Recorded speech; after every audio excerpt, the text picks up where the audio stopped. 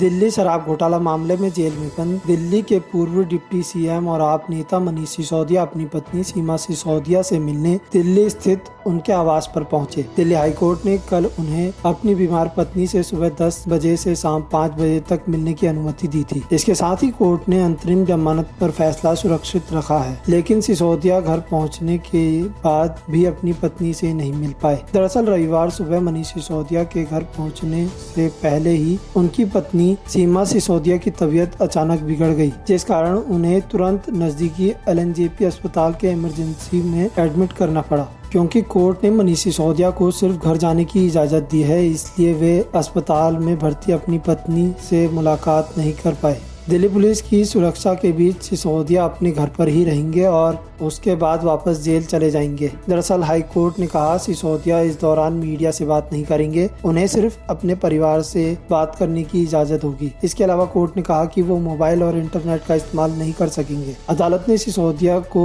पत्नी की medical report शनिवार शाम तक जमा करने को कहा है और साथ ही कहा कि वो पुलिस हिरासत में उनसे मिल सकते हैं। बता दें कि सिसोदिया ने पत्नी की सेहत का हवाला देते हुए जमानत की मांग की थी। दिल्ली हाई कोर्ट ने इस मामले में गुरुवार को सुनवाई की थी। इस दौरान सिसोदिया के वकील ने कहा था कि ये नीति तब वापस ली गई थी जब दिल्ली के उपराज्यपाल ने शराब की दुकानों को निषिद्ध क्षेत्रों में खोलने की अनुमति नहीं दी थी, जिसके कारण नुकसान हुआ। उन्होंने आगे कहा कि 10 सालों के लिए लागू पहले की नीति के तहत ऐसे इलाकों में दुकानें खोली गई थी। वहीं ईडी की ओर से पेश हुए अतिरिक्त सॉलिसिटर जनरल एसवी राजू ने दावा किया कि आरोपियों के गलत कारनामों का खुलासा होने के कारण ये नीति वापस ली गई। ईडी ने आप नेता मनीष सिसोदिया पर शराब नीति में कथित अनियमितताओं का आरोप लगाया है और दावा किया कि आबकारी नीति में बदलाव करते हुए गड़बड़ी की गई और लाइसेंस धारकों को अनुचित लाभ दिए गए। इसमें मनीष सिसोदिया ने मुख्य भूमिका निभाई क्योंकि उनके पास ही आबकारी विभाग का प्रभार भी था।